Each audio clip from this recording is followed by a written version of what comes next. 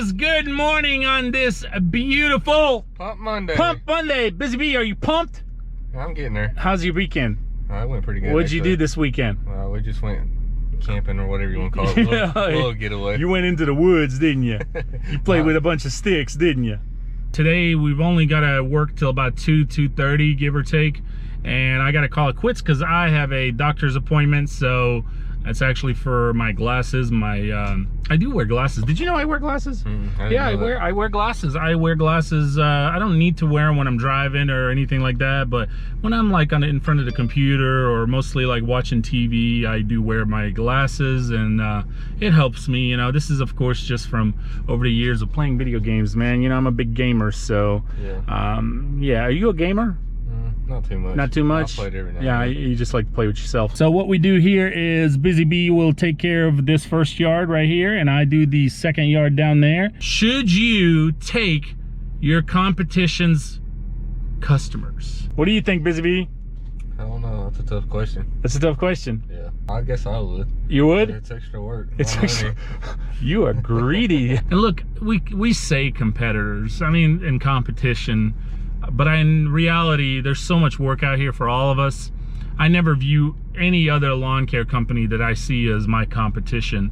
The only competition and challenge that you may have is yourself. But general speaking, we do use the word competitor or competition. If you see somebody, let's say if there was a truck right here right now with a trailer and mowing, you know, and you could look at it as, oh, that's my competition, you know, but I never view it that way.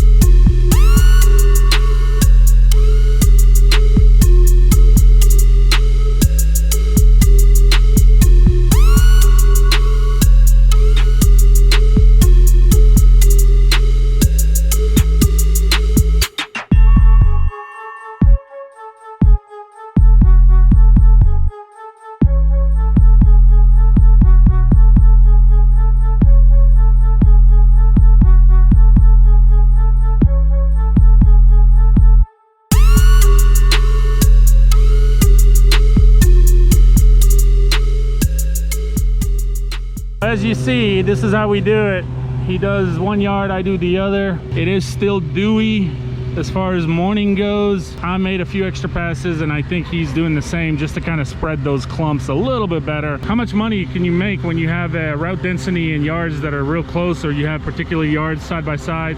This is our fourth yard, 350 bucks, 375 bucks in 4 yards within about an hour and a half. There's your answer. I mean, you can make some killer money in this industry. Route density is key, and it always helps when you have side-by-side houses like that.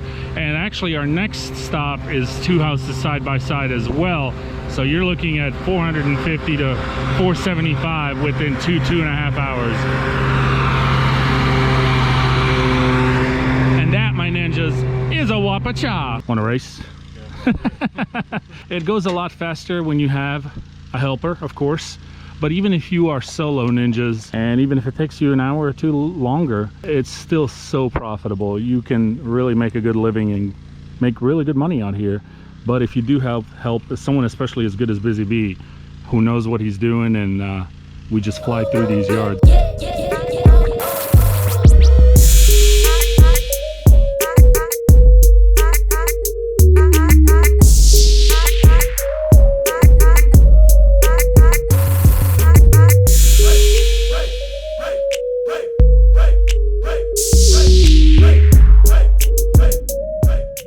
Took us like probably 30-40 minutes. There you go. It's a wrap. Thank you, sir. Off to the next 2 side by side. Dude, that is your second one. What are you eating? What is that? I have no clue. You gotta stay full though, it's hot outside. I mean, you keep saying how good it is, and you're just choking down on it. They are good. I mean, are you even chewing, or are you just swallowing? No, I'm just swallowing it. Do what? Who just stopped by? Some FBI agents, all I know. Some FBI agent who was, who's a ninja, right? Right? He's like, Nick, I watch all your videos, and I think he said his name on there that he comments from time to time is Cornbread. Cornbread. I think that's what he said. So, real nice guy, man, super cool. But what is the one thing he said about mowers? Oh, he went and bought a right. He went and bought a right just because of me. He said, man, I've watched you on those rights, and he doesn't do lawn care. He just mows his yard and his mom's yard, but he went ahead and bought a right just because he's like, I watched all your videos, and I don't know, you spoke really well of them. And so anyway, Cornbread, I didn't catch his name. Like, yeah, I don't think he even said it, but Cornbread, if you're watching, it's a cool name, by the way. But I'm sure you're watching. But great to meet you, man. Thank you so much for stopping by and saying hi, and good luck with that mower. It's a good mower, and hopefully it'll serve you many years. But he had a John Deere, I think he said prior. John Deere commercial. John Deere, but it wasn't a commercial deck, I don't think he said. Something like that. But anyway, just wanted to share that with you. It's pretty funny how you'll come across, and you know, this is not a first time where people have come over and said hi to me, and that they've watched me, and you know, I guess figured out that, you know, how long did you watch me before you figured out that I was local? Just roughly. Probably a year or two. Really? So yeah, Cornbread, thanks for stopping by, and good luck with that mower, man. You ready to go do the next one? Are you done eating? Yeah, for now anyways. Oh my gosh, it's all you do is eat. You don't wanna F with me. Got the police stripping on me. Look, Busy Bee coming in like we're not supposed to get out of here. Look. Busy Bee, he's a trip. If you're wondering, like, am I too late? Am I too late to start? You're never too late to start. Do you ninjas know what month of the year that I started? Take a guess. Take a guess. Probably late in the season. Well, no joke, because the way I said it. But what do you think? What month? September, October. Yeah, something like that. I think it was September, October, or November, something like that is when I actually decided and started throwing out flyers. I didn't get much, of course, that year because it was so close to the end of the year, but it got me motivated enough to start throwing out flyers, you know, just getting my name out there. And I think I got a few calls just here and there, but again, I didn't have any equipment at the time, some major equipment, so I wasn't really shooting to like get 10-20 accounts right away. I mean, I was just working with a push mower. I started with a push mower, but I got motivated. I did get a few calls, and then all the flyers and stuff that I threw out, it really helped that following season, and business started to booming and started coming in, and it got me to the point where I was able to save up a little bit of money and go get my first zero turn, which my first zero turn wasn't even a commercial grade zero turn. It was a Troy built Mustang from Lowe's, and I think I paid like $3,000 if I'm not mistaken, give or take. I mean, and I saved up. It took me a while to save that up, but and I don't think I got that right away the following year. I think I got it like into the season, so it took me pretty much one full season to save up my money, and that's with a push mower and a handheld blower and a couple of Troy built weed eaters that I just started with. So you know, I saved my money, and look, that mower was great. It did phenomenal for me.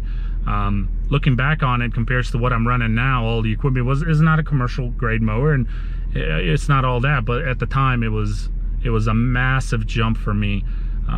Just the fact that I didn't have to push mow and I could just ride around, it saved so much of my time and the labor and all that. But yeah, anybody can do it. You can do it. Anybody can do it. I started with a push mower. So if you're working with push mowers, don't get discouraged. Just go out here and get it. Ain't that right, Busy Bee? Yeah, that's all you can do. That's all you can do. I mean, I know you're not trying to stay in this industry and all that. You're trying to go into what again? HVAC. So this ninja's trying to keep other ninjas cool.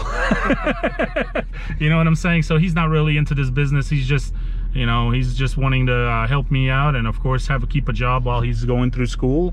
And he's really good at it. So, but you know, for all of you out there who might be considering to turn this into a career, or if you're just out there doing a little part-time, you know, just a little slicing and dicing here and there, just trying to get a little cash, you know, cash flow, a little pocket change, whatever you want to call it, just for your weekend money, whatever you need to do. to go out here and get it. You ready? Yeah, You ready? You ready? I've waited for so long, I've run aground. I feel I'm burning up inside. Oh, hear me crying. I feel like everyone's alive, and I am dying. Oh, 'cause you are all I need. The reason I breathe.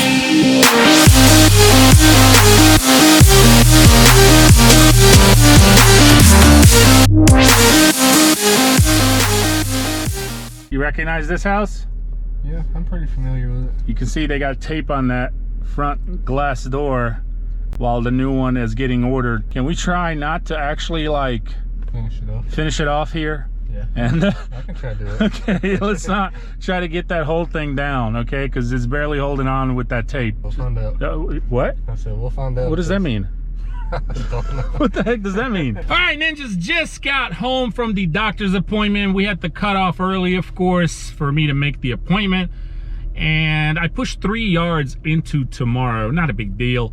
But anyway, I wanted to conclude the video before we call it wraps right here, as far as what I had mentioned earlier when it comes to taking customers and jobs from your competitors, even though I don't like to use the word competitors, but elaborate a little bit on that, because when you say it like that, it could be taken so many ways. So competitors, right? People maybe that you know, they know you in your area, wherever you are. Sometimes you guys might be buddies, and you'll have your competitors ask you to help them out.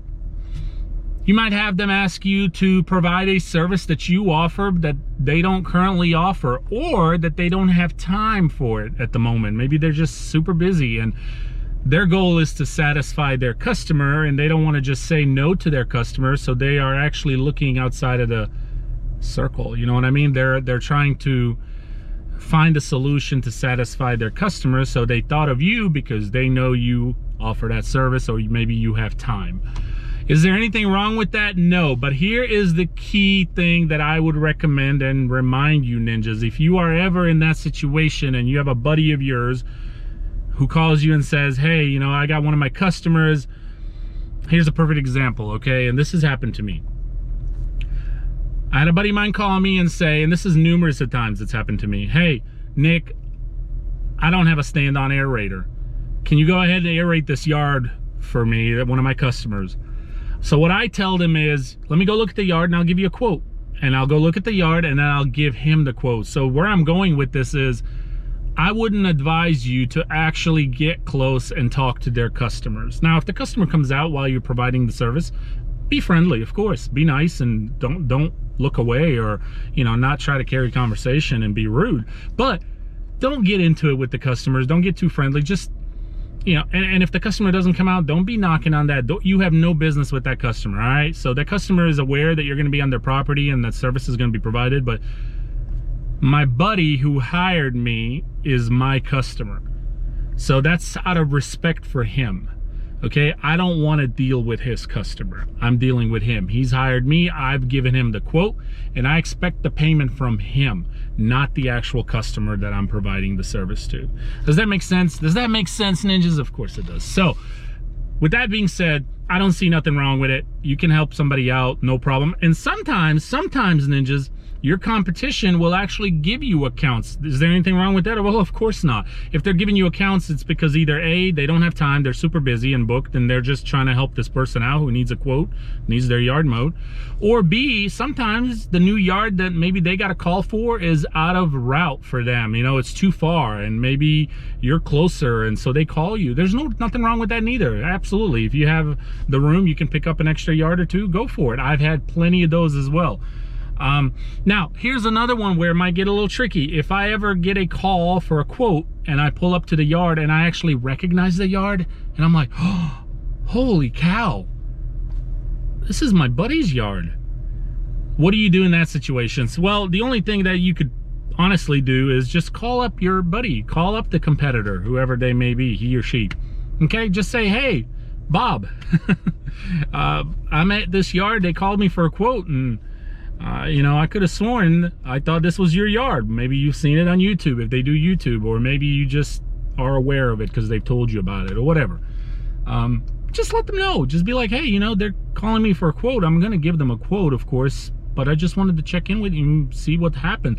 And the reason you want to do that, not only because you want to show respect to your friend, whoever it is in your area, your competitor, but maybe there's something wrong with that customer. Maybe he or she parted ways with that customer because there's something funny going on. So it's actually never a bad idea to call them up for that reason too, and just find out, hey man, what happened? You know, what's wrong? Well, you know, you were doing a great job. I know you do a good job. Why is this customer looking for quotes? So in that area, in that aspect of it, I say always reach out to them and call them and check in with them.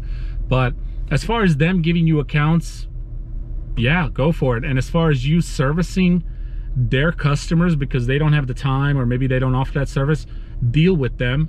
Don't deal with the customer directly, and that way you'll hold a good relationship with them, and you guys can help each other back and forth in the future, because you know, you never know, maybe they'll come handy down the road for you, and you may need something done and they're available and you're busy. So always try to keep a cool relationship with your competitors as much as you can. I have no problem with anybody here, but I don't know how some other areas are. I know competition sometimes can be, a lot of people are saying, you know, different areas of lawn care guys are just so rude. You know, I raise my hand and nobody even waves or looks at me. I mean, I've had a few weird looks here and there, but overall, I mean, every time I see another lawn care guy, I wave at them, they wave at me. You know, it is what it is. If we're all doing the same thing, and there's plenty of work out here for all of us. So, but anyway, to conclude this video, should you know, take your competitors' yards, whether they give them to you or if they're just asking you to help?